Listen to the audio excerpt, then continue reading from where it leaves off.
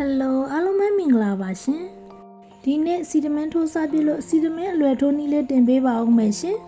ကောင်းညင်းစံနိုးစီဘူးနှစ်ဘူးကိုရေဆေးပြီးတော့တနားရီလောက်ရေစိမ်ထားလိုက်ပါတယ်ရှင်ရေစိမ်ထားတဲ့ကောင်းညင်းစံတွေကိုစားကလက်ဖေးစွန်းတစ်စွန်းထည့်ပါတယ်တကြားကထမင်းစားစွန်းနဲ့3စွန်းထည့်ပါတယ်ရှင်စနွင်းမုံကလက်ဖက်စားစွန်းနဲ့တစ်စွန်းစီက30သားလောက်ထည့်ပါတယ်ရှင်ကျက်သွန်နီလေးတွေ5-6ဦးလောက်လေးစိတ်စိတ်ပြီးတော့ထည့်ပါတယ်ရှင်အားလုံးသမအောင်ရုံးဝေပြီးလို့ရှိရင်ထမင်းပေါင်းအိုးလေးနဲ့တည်ထားလိုက်ပါတယ်ရှင်10မိနစ်လောက်နေလို့ရှိရင်အပေါ်အောက်နှက်ဆက်အောင်ဒီလိုလေးတစ်ခါမှွေပေးပါဦးမယ်ရှင်ဒါကတော့တဝက်ကျက်တဲ့အနေထားလေးပေါ့နော်စီတမင်းနဲ့လေးကလည်းမှုေးနေပါပြီရှင်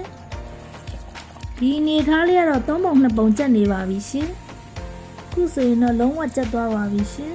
စူးကလေးစီတမင်းကိုပြပြအီလေးစားခြင်းလို့လေးရေကိုလေးနိုးစီဘူးနဲ့3ဘူးကြော်ထည့်ထားပါတယ်ရှင်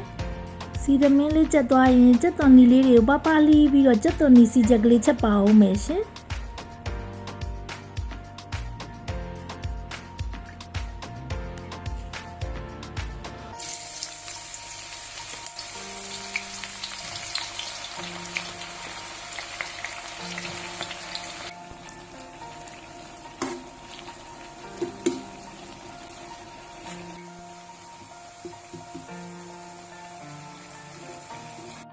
ကျက်သွန်နီစီချက်ကလေးလည်းရပါပြီရှင်ကျက်သွန်နီစီချက်ပါလို့ရှင်လေမွေးလေးနဲ့စားကောင်းတာနော်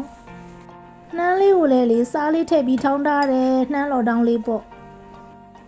မွေးနေတာပဲဦးဖြားဖြားအာယုံဆုံးလေးကတ်လိုက်ပါအောင်မယ်ရှင်စုရဲ့အမျိုးတွေလည်းလှုပ်ရှားကြည့်ကြပါအောင်ရှင်နောက်ပြီးတော့အိမ်နာနီးချင်းတွေကိုလည်းဒါနပြုလိုက်ပါအောင်မယ်ရှင်